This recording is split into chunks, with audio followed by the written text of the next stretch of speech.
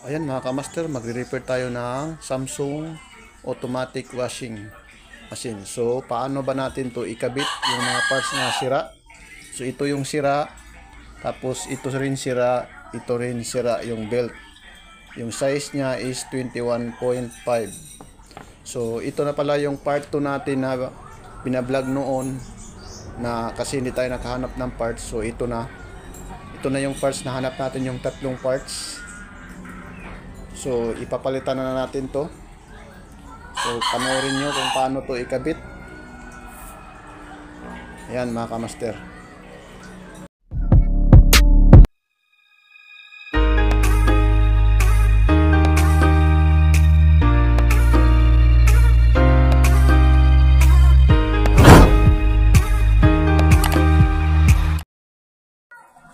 Ayan mga kamaster, ito yung sira.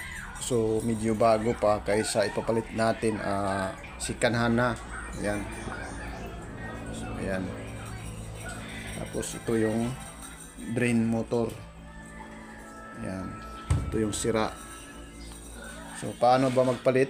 Ayan. So sundan nyo lang yung video kung paano. So start na natin kung paano to ikabit lahat. Pati ito. Pati yung belt. Unang gagawin natin is itong mga harness. May mga kanya-kanya itong mga terminal. So hindi kayo magkakamali dito kasi hindi magkapareha yung terminal na isasalpak natin. So ayan, mag-start tayo rito. Itong wire na to. So dito yan isaksak.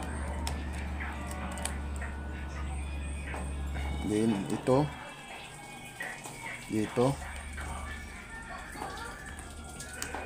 Yan.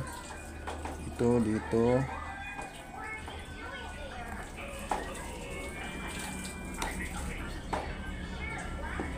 Yan. Tapos dito banda na area, ito.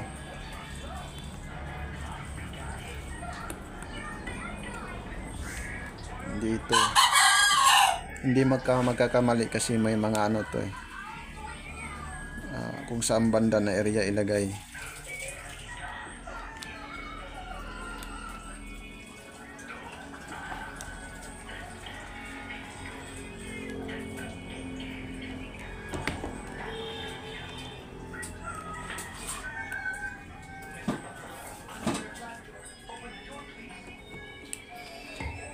Ayan mga master, tapos na natin na ilagay. Ayan. So lalagyan na natin to ng cover. So ito yung ipapalit natin na cover. Ito. Ayan. Kasi itong isa lumulubo na yung pindutan sa push. Kaya ito yung ipapalit natin.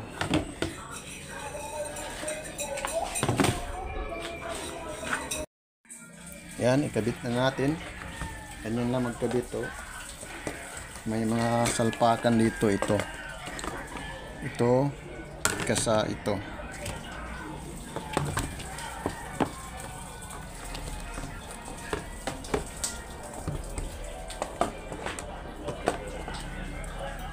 Yan.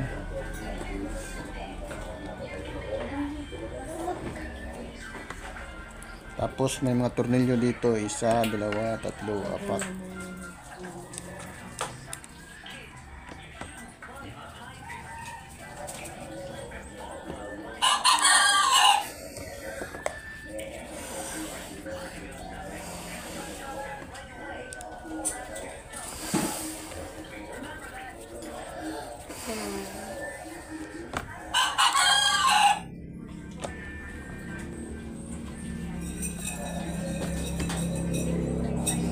Ayan, tapos na. Next gagawin natin is ilagay natin dito. Tapos dito may 2 tornilyo. Ayan, tornilyohan natin yan.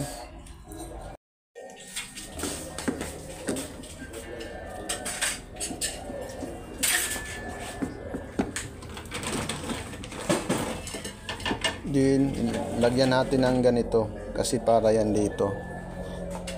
Ayan.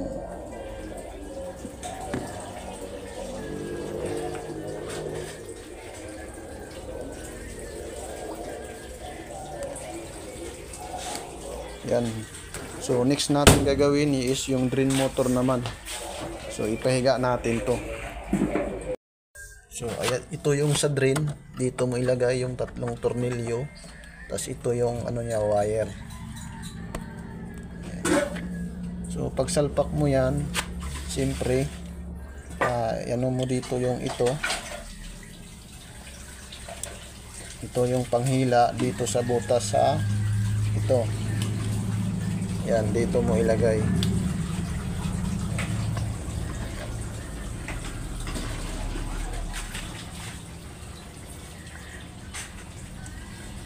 Yan, ganyan mo lang yan. Then ipasok dito.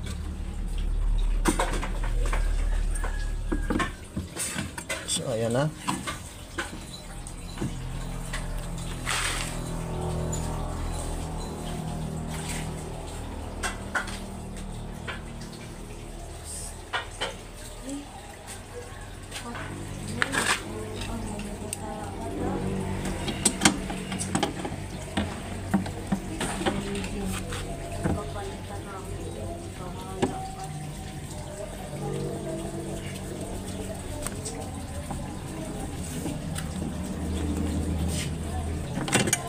Oops, nangyari.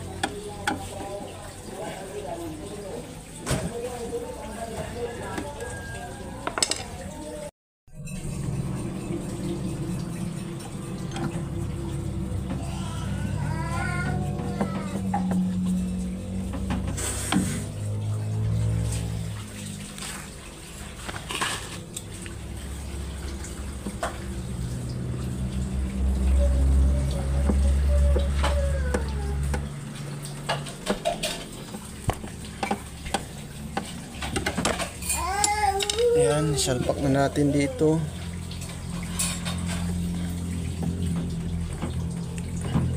Ayan. Din yung sa belt kung paano ilagay. So tatanggalin nyo to. Ito. Din yung may mga screw dito. Ayan. Tapos yan, isalpak mo lang. So itry na natin to kung gagana na ba. Ayan mga kamaster, nakasaksak na. So pwede natin to itry kahit walang tubig. Gagamit lang tayo ng spin yung gagamitin. So power, then water level sensor, spin. Ayan, sa spin lang muna tayo. Pwede natin spin ganyan. So pwede natin lakihan kung ilan yung lalagay. Ayan. Ayan, so ilagay natin sa number 5. Then start. Tingnan natin kung mag-i-spin siya. Dapat hihila yung doon. Yan. Ayun, bumalik siya. Yan. Dapat hihila yan.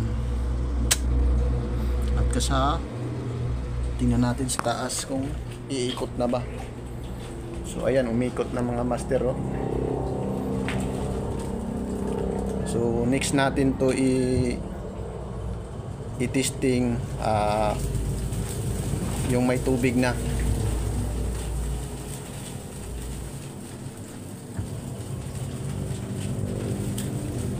Ayan.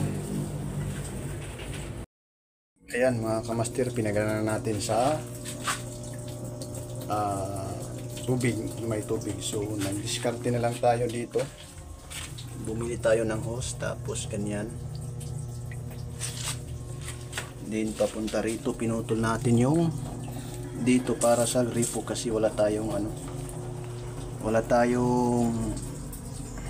gripo na papunta doon para ilagay yung, kaya temporary lang muna nito mga kamaster. Ayan mga kamaster, sana'y matutunan kayo kung paano to i-check at i-repair. Peace out mga kamaster.